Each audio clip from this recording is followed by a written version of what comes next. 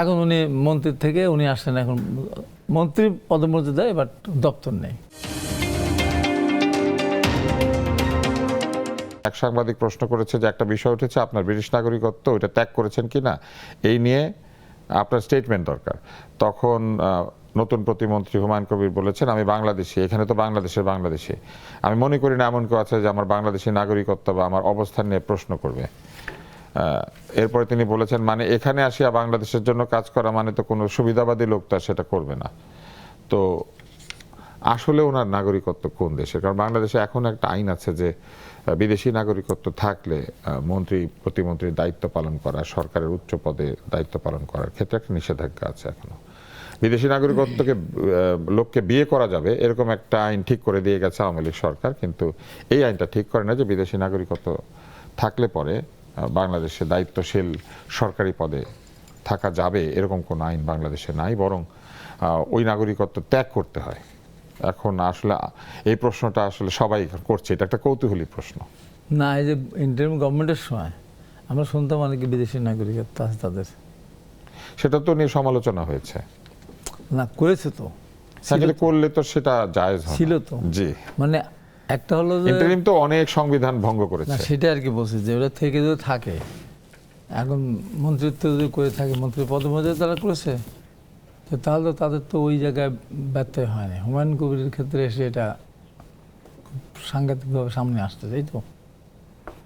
না, তখন এসেছিল, তখন সবাই প্রশ্ন করেছিল, তারা বলেছিলেন যে এটা তো নির্বাচিত পদ না, অন্তর্বর্তী সরকার যা খুশি তাই করতে পারে।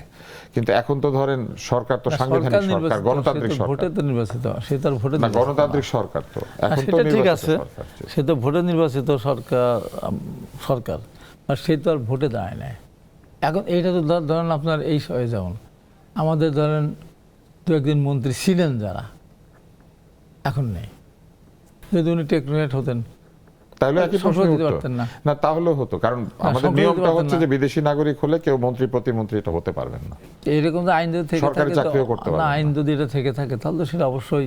তো সেক্ষেত্রে আপনার মনে হয় যে এই নাগরিকত্ব ত্যাগ করে তার ঘোষণা দিয়ে দেওয়া উচিত, অথবা এই বিষয়টা পরিষ্কার করা উচিত? নাগরিকত্ব ত্যাগ করে দেন, আজকে আছেন মন্ত্রী, যেটা আমি বলতে যাচ্ছিলাম, যে নাগরিকত্ব ত্যাগ করলে উনি মন্ত্রী আছেন, যে কোনো কারণে হোক, হয়তো মন্ত্রীতে চলে তখন কি করবে?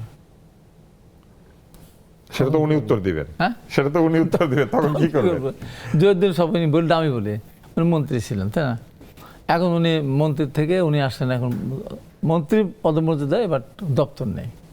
যদি উনি এমপি না থাকতেন তাহলে কি হতো? এখন উনি যেহেতু বিদেশি নাগরিকত্ব আছে তার কথা সেটা উনি বলেন না, তাও পরিষ্কার সে বলেনি।